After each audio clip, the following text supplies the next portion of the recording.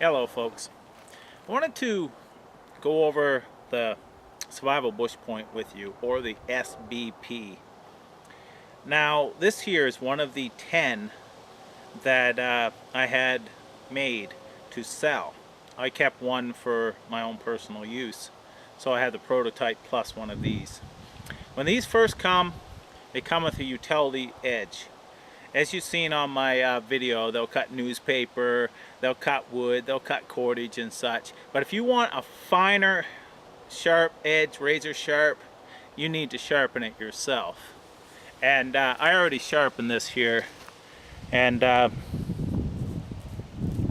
you know, there's the hair, it shows.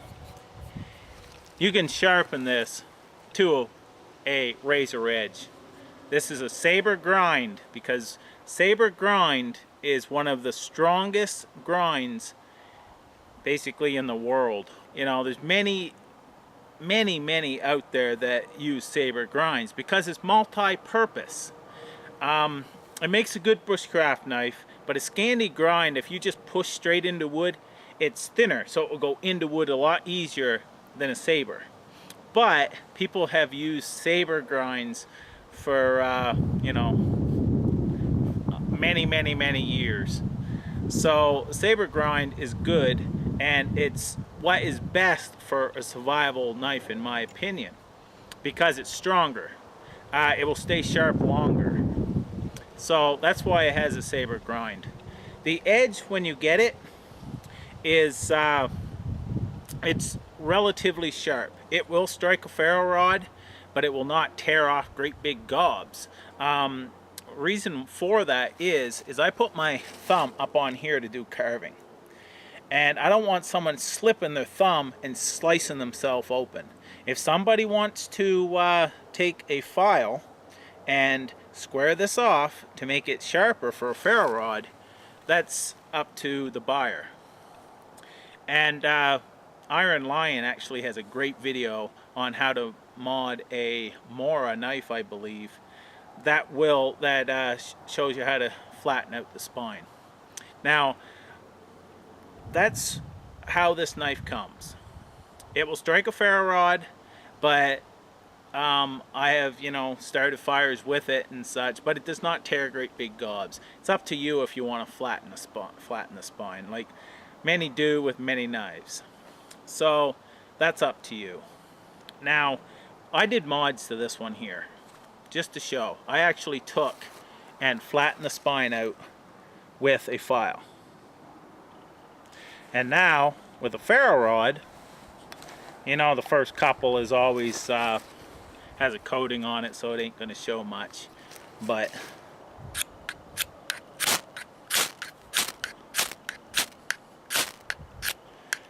it's in the light, but you can see it is not hurting that. You've got, you know, it's not hurting that at all. But anyhow, that there will still, it will strike a ferro rod rather well. That's just flying off of there. So that's one mod that I did. Now, the back edge around the handle and such, and sometimes right here in this corner when you're pressing down, this here will dig in a little bit, and up here as well. So what I did, I took off the paracord before I actually put it on. I took a piece of sandpaper and just went around all this edge here and this edge here. And if you see that, it's just a little shinier. That takes that sharp edge off. You don't have to worry about it. It took 5 minutes. Now, with this here, the paracord grip, I don't find it as comfortable with the paracord grip just wrapped, you know, flat on both sides like this, and some people actually love it that way. Me, I don't find it gives enough support, so I put my ferro rod right in here, and as you can see, I put a ferro rod in it. That beefs it up in the palm. That gives a nice sturdy grip, and then it feels a lot more comfortable in the hand. So that's the mods that I've done to this. I flattened the spine, I sharpened it, and plus I put a ferro rod in the grip, and took the sharpness off here. So let's do a little bit of test with this.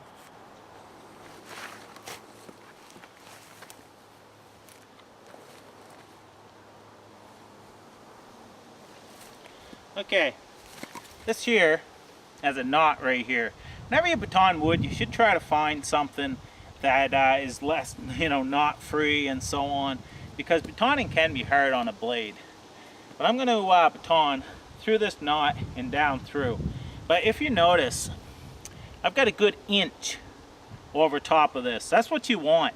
If you only have a 1/4 of an inch out through here, you're not going to baton this through, because you're not able to hit anything. So let's see how this works.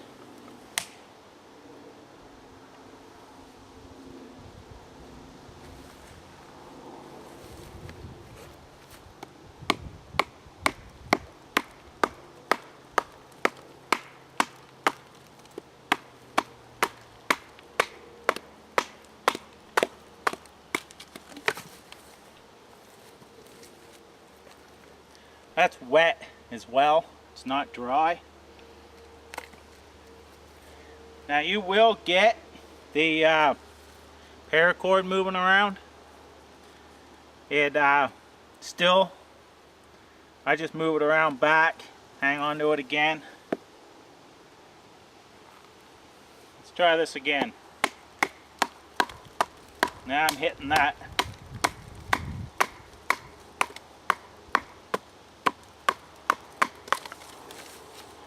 There we go. Like I said, this wood's wet. Get rid of this thing.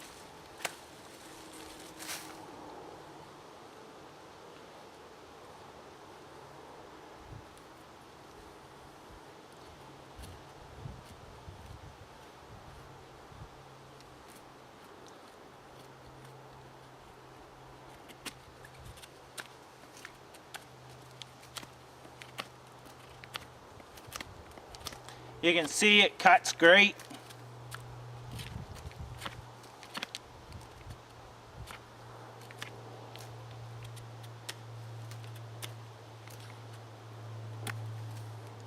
This here, of course, you want to take nice fine curls. You can.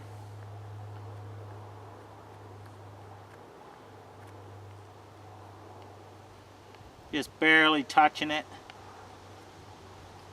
Works great.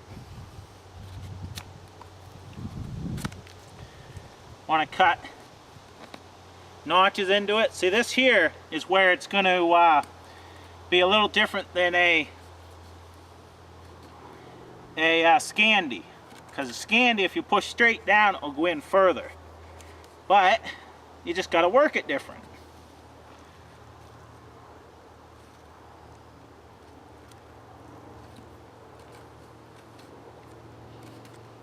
But it gets the job done. Now, since I've gotten my original knife, the SBP, I actually have not carried anything any different than my SBP for any knife. I've used it for pretty well everything.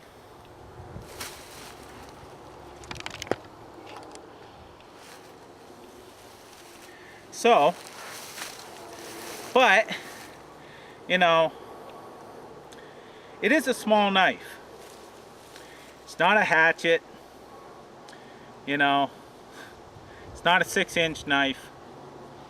It basically is a good medium task, small task knife. Now, it would be great as a companion to a 6-inch knife. Now, let's cut down a sapling. This one here is a birch tree. Now if you're going to go about cutting this down, this is not going to cut the way a 6-inch knife is and such. You do not have just plain pushing power in this. The way you go about cutting something like this here is cut down into it all the way around.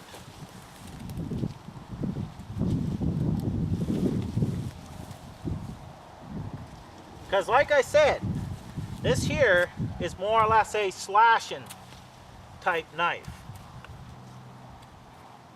So you kind of chew it around, all the way around.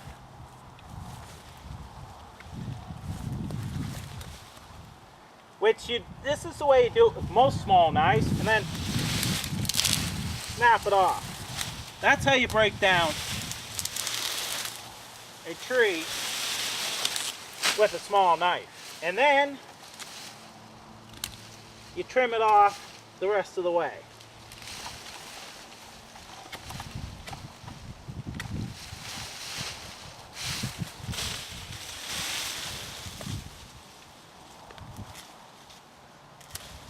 There you go. Now that there, good 1.5 inches or so, that there, I cut it down with an SBP. It would have been easier with a bigger knife, but if this is what you got, you can do it. And you work all the way around, and then you cut it off. You cut it all the way around, break it off, and then finish it off by cutting it off. That's how you get a big tree or branch down. Now, as for cutting, look how that just slices that. There's no problem or nothing wrong with the way this thing cuts.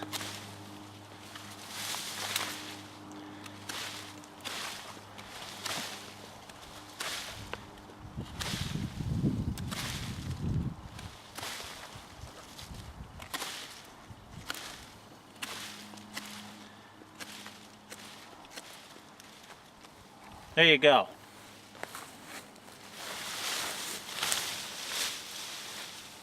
Guess it wouldn't be fair if I didn't show you actually how this is meant to be used on smaller branches.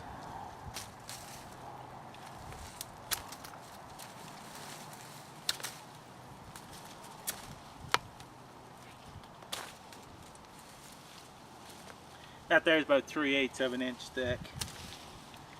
And remember, this is a hardwood. It's birch. So it does exactly what this type of knife is supposed to do. So in closing, I want to say that with these mods, you have one heck of a tool and knife. This thing works well. And as you can see, you can get that super sharp. Now, I have 2 of these left, and they're looking for a home. But I wanted to share this review with you guys and gals, and let you know what's going on with these. Any complaints, Diving Sparrow does take pride in his work, and if he knows that he has messed up in any way, you know, since these are handmade, and sometimes the edge right here on this edge when you're rolling off can be just a hair off kind of thing. And since they're handmade, most knife makers know this. So if it's out real far and they find that it is affecting the cutting edge, well, Diving Sparrow will look after them. I've already been told that they would.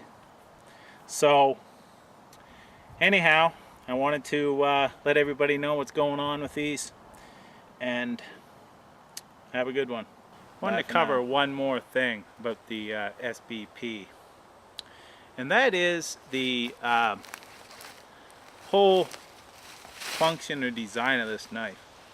It is meant to be a decent bushcraft knife. I think I've proven that.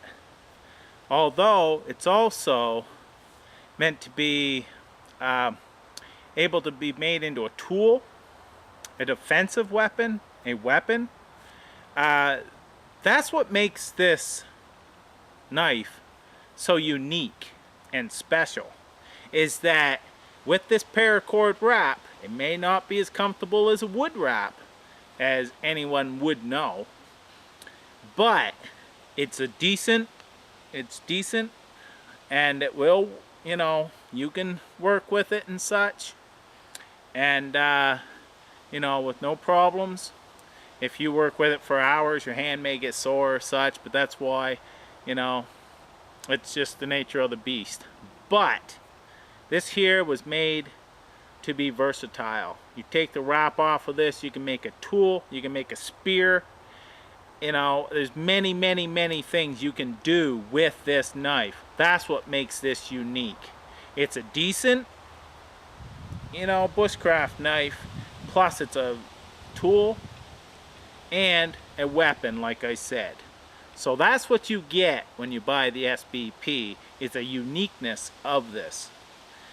It is has more versatile than most blades out there. And that's one of the reasons some of my buyers are buying this up. You know, fast they could get it, they wanted it. Is because of the versatility of this blade.